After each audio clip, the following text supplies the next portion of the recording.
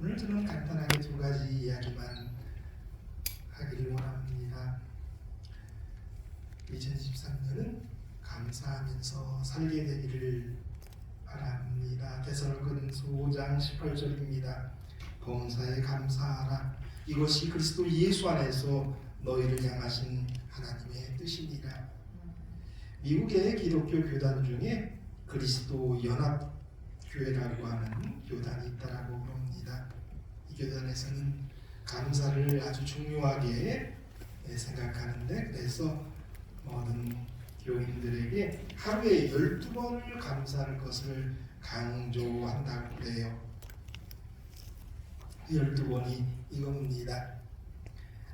아침 새로운 시간을 주시네. 아침 식사에 음식을 보며 일터에 가면서 움직이는 기쁨에 일하는 보람에 일하면서 비판이나 압력을 받을 때는 도전을 주시며 칭찬받을 때는 만족함에 점심에는 대화할 수 있는 동료에 일과 후 작은 성취 귀가 후 가족을 보며 신문, TV를 보면서 여가 주시네 잠을 주신 은혜에 꿈속에서는 생명을 주신 은혜에 이렇게 12가지를 이렇게 하라고 교단 차원에서 교인들에게 계속해서 이야기를 한다는 거예요. 여기 별거 하나도 없습니다. 아침에 일어났음을 아침 식사 때문에 일하는 것 때문에 점심때 누군가 이야기하면서 밥 먹기 때문에 일하면서 어떤 스트레스 받으면 압력을 주신 것, 그 도전에 감사. 귀가 후에는 작은 일들, 가족들과의 만남, 텔레비나 신문 보면서 여가가 있어. 이런 작은 것들을 감사하는 생활을 강조하는 거죠. 정말 2023년은 이렇게 좀 감사를 많이 했으면 좋겠어요. 아멘. 감사는 찾아내서 하는 겁니다. 감사는 만들어서 하는 겁니다. 감사는 감사의 순간을 놓치지 않고 하는 겁니다. 그렇게 할 때 우리는 범사에 감사할 수 있는 사람들이 되는 것입니다. 여러분들 2023년에는 좀 감사를 찾게 되시길 바랍니다. 아멘. 우리가 감사를 찾으면 얼마나 많은 감사의 것들을 찾을 수 있는지를 우리는 알게 될 것입니다. 감사는 만들어서 하는 거예요. 정말 감사할 것이 없으면 감사할 걸 만들어야죠. 그리고 감사의 순간을 놓치면 우리는 하나님께 그 감사를 표현할 수 있는 그 기회를 놓친 거예요. 몰아서 할 수 있다? 물론 할 수 있겠죠. 그러나 우리가 매 순간 우리에게 주어진 생활 가운데에서 경험 속에서 감사의 것을 찾고 우리 하나님께 감사 드릴 때에 우리는 범사에 감사하는 사람들이 되는 것입니다. 2023년은 여러분들 감사하며 살게 되시기를 바랍니다. 아멘. 또 한 가지는 이 2023년은 우리가 좀 그리스도인으로서 자존심을 가지고 그 자존심을 지키며 살았으면 하는 마음입니다. 이 얘기는 제가 한번 했었는지 안 했었는지 기억이 가물가물해요. 2차 세계대전 때에 독일인들이 유대인들을 600만 명이나 학살을 했습니다. 말이 600만 명이지 600만 명을 죽인다는 것은 생각처럼 그렇게 쉬운 일이 아닙니다. 그런데 그런 학살을 방해하는 가장 큰 이유는 그 독일군들이 그 일을 나서서 해야 됐는데 이 독일인들의 양심이 가장 큰 걸림돌이 될 수밖에 없었습니다. 그래서 이 독일인들의 그 양심 문제를 해결하기 위해서 고도의 심리 전술을 썼다는 거예요.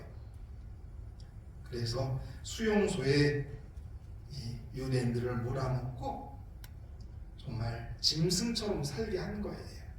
그런데 그 가운데 대표적인 것이 뭐냐면 화장 화장실을 몇 개 만들지 않았다는 거예요. 그리고 화장실을 갈 수 있는 시간을 여유롭게 주지 않았던 겁니다. 그래서 일을 하고 돌아온 사람들이 급해서 자기가 사는 숙소에서 볼 일을 볼 수밖에 없게 만들었다는 겁니다. 그래서 그들이 인간 이하에 정말 돼지처럼 이렇게 사는 거예요. 그럴 때 그 유대인들이 자기들이 자존심이 상할 수 없게 되고 인간에 대한 긍지를 놓치게 되고 그런 모습들을 보면서 이 독일인들이 저 사람들은 사람이 아니다라고 느낄 수 있게 하면서 그들을 그렇게 죽여나갈 수 있었다라는 거죠.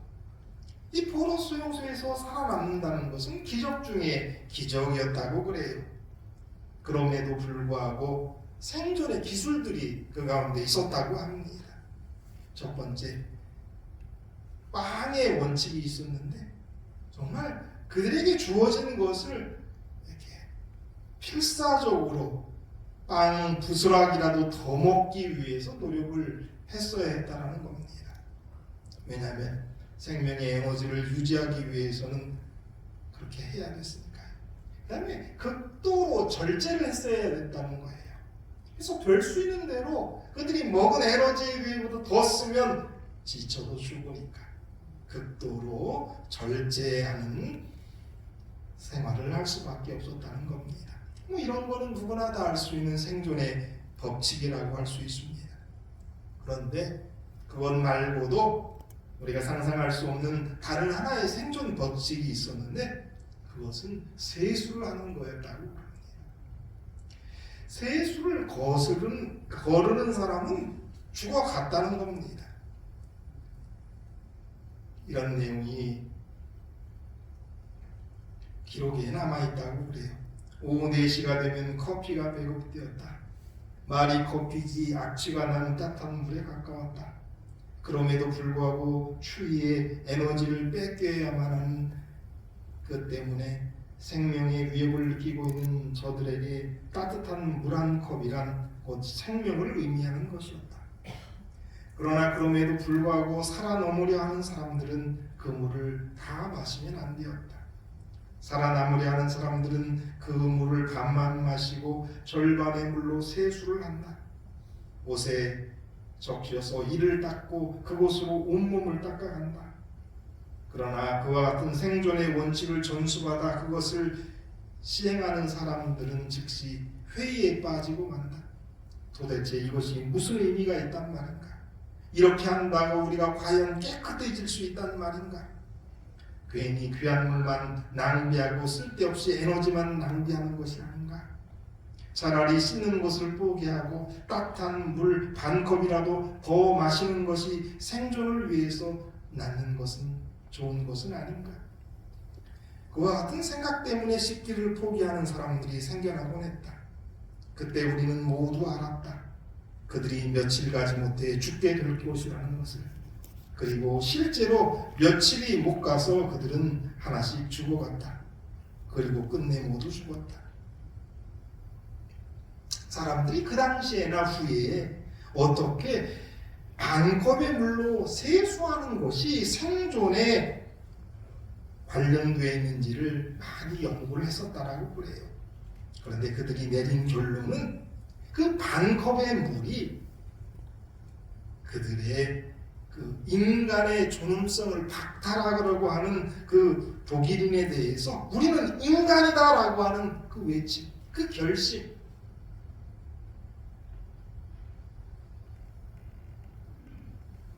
그런 것이 그들의 생명의 원천이 되었다라는 거예요.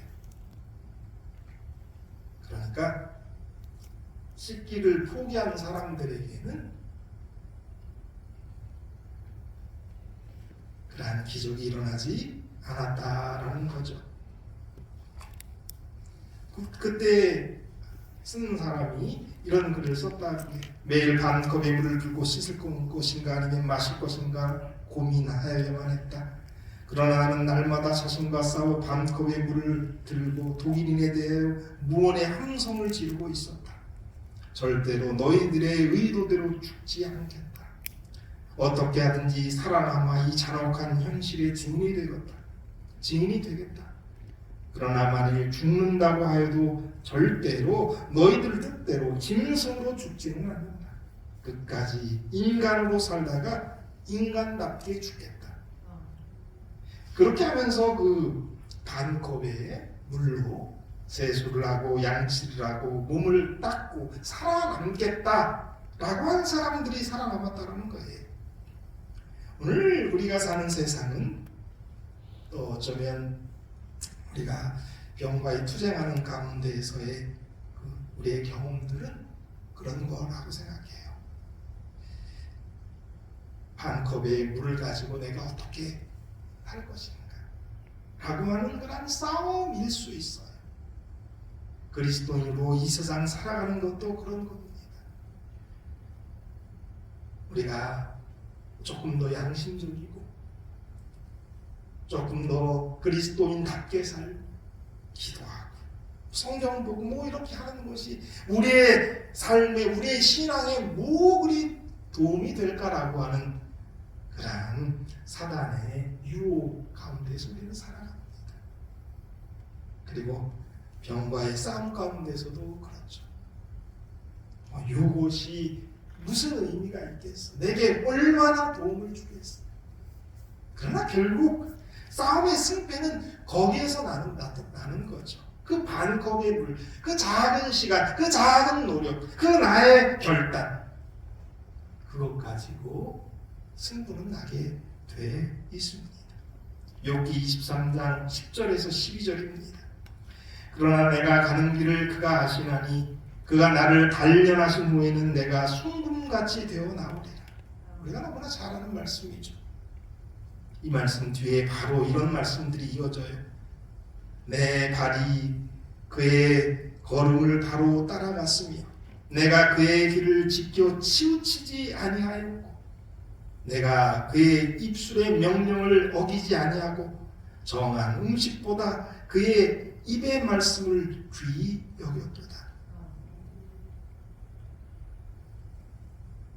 순금같이 우리가 이 고난의 길, 우리 하나님께서 우리를 단련하신 후에 우리가 순금같이 나오는 그러한 길에는 사실 이 뒤에 이어지는 그러한 신앙의 모습이 있어야 그것이 가능하다는 거예요.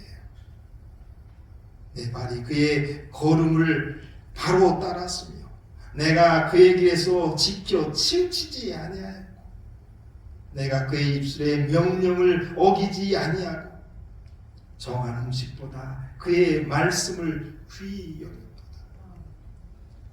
어디에 치우치지 않고 내게 주어진 그 길을 자존심을 지키며 그리스도인으로서 살아가겠다라고 하는 결심 가운데에서 우리가 살아갈 때에 이런 단련의 시간을 우리가 순금같이 나올 수 있는 거예요. 2023년이 시작되었고 우리가 이 해를 마감할 때 우리가 정말 순금같이 나올 수도 있고 그렇지 않은 우리의 삶의 시간을 보낼 수 있습니다. 그런데 정말 내 하나님의 말씀을 음식보다도 귀히 여기고 정말 하나님의 인도하신 그 길을 따라가는 것, 그 자존심을 지키는 것, 내가 그리스도인으로 적어도 이렇게는 살아야 한다라는 것, 지켜가는 것, 타협하지 않는 것, 포기하지 않는 것, 그러한 마음이 저와 여러분에게 있게 되기를 간절히 바랍니다. 아멘. 하나님의 말씀을 정말 세상 그 어떤 것보다도 귀히 여기시는 한 해가 됐으면 좋겠습니다. 아멘. 그래서 사단이 우리의 삶 가운데 여러 어려움을 통해서 우리가 하나님의 자녀임을 포기하도록 만드는 여러 유혹이 우리에게 있겠지만 그러나 하나님의 말씀 따라서 그 글 위에서 그의 말씀 가지고 승리하시는 2023년이 됐으면 좋겠습니다. 자존심을 끝까지 지켜보자는 거예요. 2023년 저는 이 두 가지를 결심합니다. 감사할 것을 계속 찾겠다. 그리고 감사하며 살겠다. 그리고 내가 그리스도인으로서 자존심을 지키며 살겠다. 여러분들도 또 나름대로 여러 계획들을 가지고 끝까지 이 한 해를 살아가시게 되기를 바랍니다. 승리하시게 되기를 바랍니다. 아멘. 그리스도인으로서 자존심을 버리는 일 없이 살아내시게 되기를 바랍니다. 기도하겠습니다. 하늘에 계신 아버지, 새벽도에 엄한 그러한 이야기 나눴습니다. 그런데 우리가 그러한 자존심을 지키고 그리스도인으로 살아가겠다고 결심할 때에만 우리가 정금처럼 나올 수 있음을 저희들 압니다. 그러한 길 가게 도와주시옵소서. 우리 병으로 투병하는 분들이 있습니다. 원칙이 있고 어떻게 하면 낫는다는 것 알고 있습니다. 그러나 우리가 여러 어려운 현실 속에서 아픔과 고통과 괴로움 속에서 이게 무슨 도움이 될까라고 하면서 포기하고자 하는 그러한 유혹들, 무슨 도움이 될까 하는 그러한 유혹들이 있을 줄 압니다.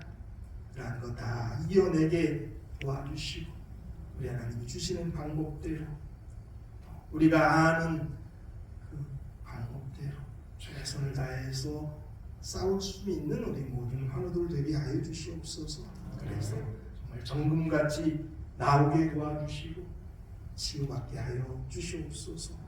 이 한 해에 승리의 한 해, 감사함에 보내는 이 한 해 되게 하여 주시옵소서. 예수님의 이름으로 기도드립니다. 아멘.